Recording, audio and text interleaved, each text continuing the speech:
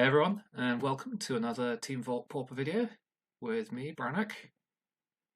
Today, as you can see, we will be playing Pauper Tron, based around the power of the mana advantage you can get from assembling Tron with Urza's Mine, Urza Power Plant, and Urza's Tower.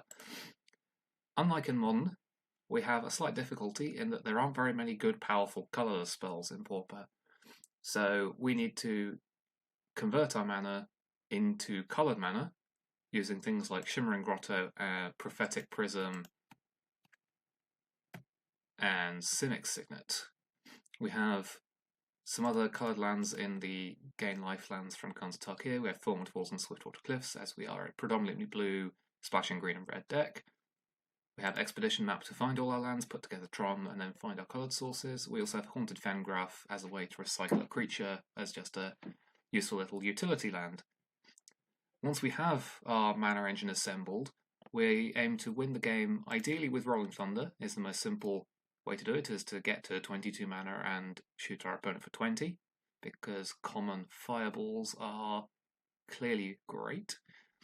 Alternatively, we can bounce all our opponent's permanents repeatedly with Capsize, because it targets lands, and eventually with enough mana you can put your opponent so far behind that obviously playing one land a turn isn't going to cut it anymore. And we can also loop our creature enter the battlefield abilities with Ghostly Flicker. Talking about those creatures, it's important to note that Mnemonic Wall getting back Ghostly Flicker is how we loop it, and a 0/4 ball blocker is a decent defensive tool in Pauper. We also have Muldrifter as our versatile card advantage and pseudo threat. And the new M19 card we're trying out today is Elvish Rejuvenator as a useful little ramp creature, as it can put our non-basic lands straight into play from the top of our deck, and 23 lands looking at the top 5 we're going to be hitting most of the time. As far as interaction goes, we're more or less trying to ignore our opponent. We stay alive by utilising Moment's Peace, which is essentially a fog with flashback. We have a little bit of counter magic, Condescend, which we can leverage with our mana advantage. It also gives a little bit of card selection, and Prohibit as a relatively efficient, useful counterspell that's easy to cast. We can't really play counterspell because double blue is not very easy to get in the early game. We can find all our combo pieces with Mystical Teachings, because all of these are instants, and Rolling Thunder is a sorcery, but we can find Ghostly Flicker and then draw into it. Capsize is also an instant, so we can find a win condition that way.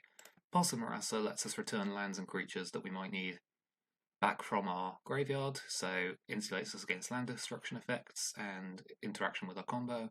And Impulse just rounds out, lets us find our pieces. So that's the main deck. Looking at the sideboard, we have, with our multicolored deck, a wealth of powerful options. We have Coalition Honor Guard, because a lot of the combo decks in Pauper, like Inside Out and Kiln Fiend, rely on targeting their own creatures, with things like Team of Battle Rage or the eponymous Inside Out. It's also useful against Bogles and any burn decks. They have to fire a couple of burn spells at the Coalition Honor Guard in most cases. We have, similarly against burn, of Circle of Protection Red and Circle of Protection Green against Stompy and Elves. We have a little bit of interaction for the blue tempo decks in Pyroblast and Hydroblast, because we don't want to get burnt out either. Against Affinity, we can leverage Gorilla Shaman, because our mana advantage eventually means we can blow up their Mirror Enforcers, and more importantly, just Stone Rain them repeatedly. Ancient Guard also doing a similar option, and being able to get red and green mana is not trivial in Pauper, which is why you don't see it very much. Another Moment's Peace for the aggro decks, and for when we actually need a win condition, Wretched Grith is quite efficient, as we can either cast it for 7 mana, it draws us a card, or we can emerge it off one of our replacement level creatures, like our Elvish Rejuvenator mostly, but occasionally at a pinch, a Muldrifter or a Mnemonic Wall. So there we have it, Pauper Tron. Let's jump into the games.